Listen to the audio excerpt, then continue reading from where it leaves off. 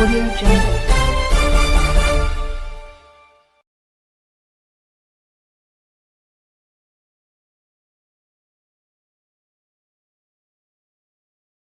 नमस्कार, आप देख रहे हैं मेरे सामने में बैठे हुए हैं होमगार्ड के जवान और अभी हम रूबरू होंगे महासचिव जी से, जिनको आज मुख्यालय में गिरफ्तार किया गया था।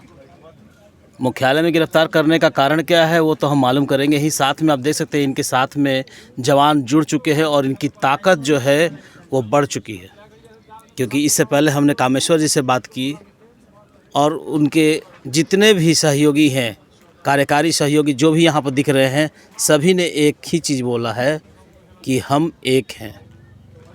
कहने का मतलब कि शायद आज किसी तरह का इनको इल्म हुआ है कोई चीज़, इसलिए इन्होंने बोला कि हम एक हैं। अब राजीव जी से हम बात करेंगे और गुफ्तगू करेंगे कि आखिर ऐसा क्या क्या हुआ इनके साथ में। राजीव जी, प्रभात मंत्र में फिर से आपका एक बार स्वागत है। बहुत बहुत धन्यवाद मीडिया का।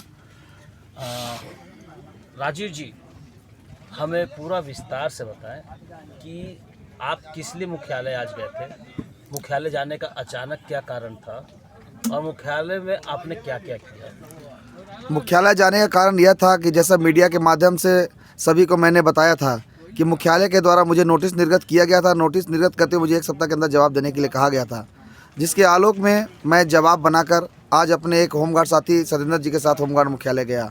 होमगार्ड मुख्यालय जाने के बाद मैंने एक पर्ची बनाकर अपना नाम लिखकर कमांडेंट के जो रीडर थे और जो वहाँ पे सिपाही खड़ा था उससे मैंने वो पर्ची दिया, जिसका नाम अजय कुमार है।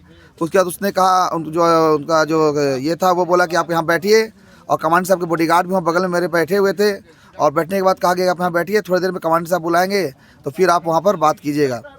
उसके बाद मैं वहीं पर बैठा रहा। करीब 15 मिनट के बाद कमांडेंट जो थे हरीलाल चौहान वो बाहर निकले। बाहर निकलते ही उन्होंने वहाँ पे जो दरोगा थे उन्हें कहा कि ये राजीव तिवारी है। राजीव तिवारी कौन है? वो बोले राजीव तिवारी कौन है? मैंने कहा कि श्रीमान मैं हूँ राजीव तिवारी। तो बोले कि इनको अरेस्ट कीजिए और इनके साथ जो है लोग अरेस्ट करके थाने ले जाइए। तो मैंने कहा कि मुझे थाने क्यों ले जाइएगा, क्या बात मेरा हो गया कि मुझे थाने आप ले जाइएगा? आपने जो मुझे कहा उसका मैं जवाब बना के लाया हूँ और आप जो है गलत मेरे ऊपर आरोप लगा के आप ये नोटिस कर रहे हैं। तो वो कहा कि मेरे रीडर को आप समझा दीजिए। तो मैंने रीडर को बताया तो रीडर बोले कि मुझे कुछ समझ में नहीं आ रहा है। तो वो मुझे अरेस्ट करवाने के लिए पूरा उनको निर्देश जारी किए।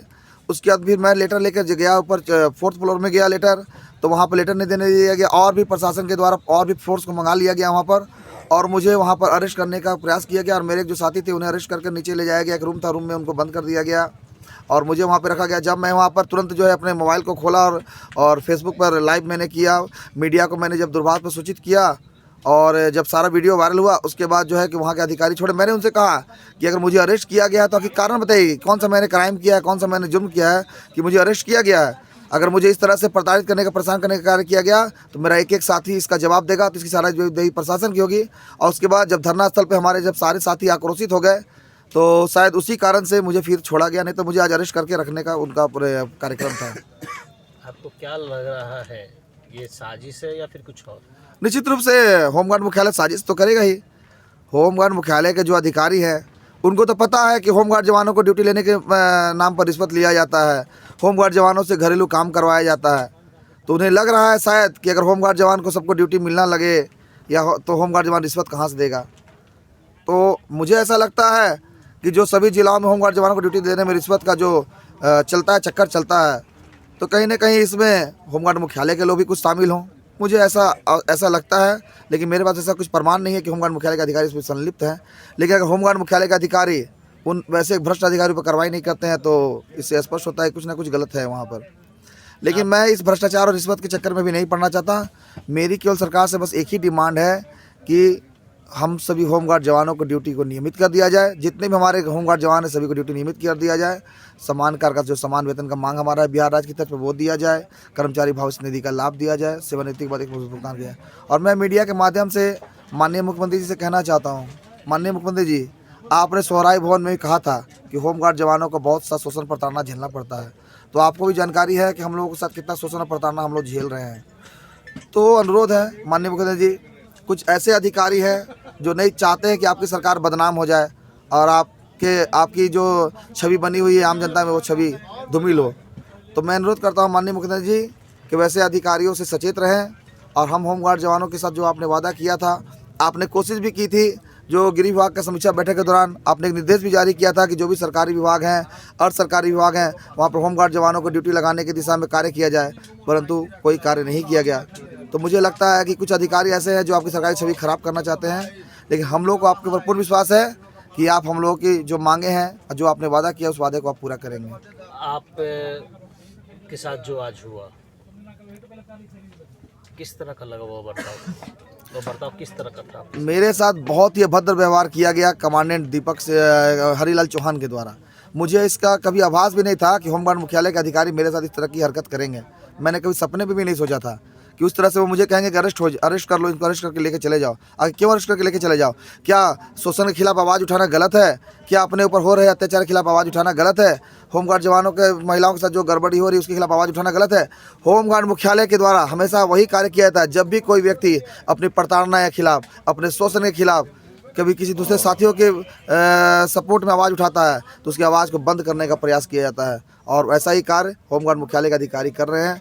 अगर वो सोचते हैं कि राजू तिवारी के प्रति इतना शोषण करेंगे तो मेरे एक भाई जाग चुके हैं। अभी हमारे कामेश्वर भैया का भी आप लोगों ने सुना है मीडिया के माध्यम से, हमारा हर एक व्यक्ति आज आक्रोशित हो गया था, जबकि हम लोग संयमित रूप से यहाँ पर बैठे हुए हैं। कोई भी हम लोग सरकार के विरुद्ध कोई भी ऐसा कार्य नहीं करें, असंवैधानिक कोई कार्य नहीं करें, तो आखिर अरेस्ट करने का कार्य होमगार्ड मुख्यालय ने क्यों करवाया?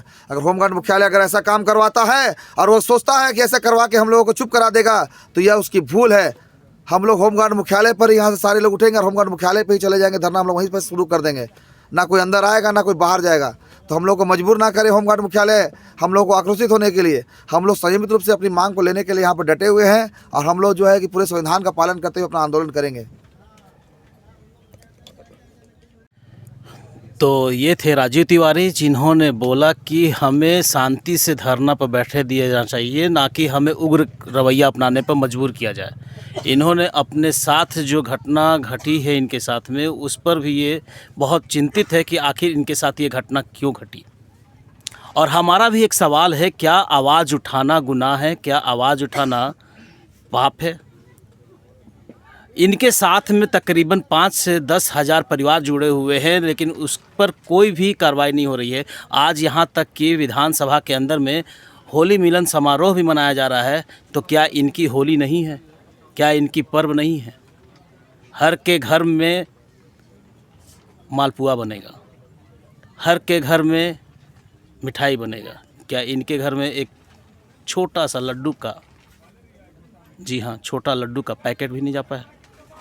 क्या चाहती है, किस तरह की मानसिकता है शासन और प्रशासन की, ये तो अब आने वाला फिर से समय बताएगा। लेकिन आज 23 तारीख जो कि आखिरी सत्र है, आज भी देख रहे हैं, बर्दाश्त कर रहे हैं, और फिर से रूबरू होंगे हम इन लोगों के साथ और बातें करेंगे कि क्या आखिरी इनका पड़ाव होगा।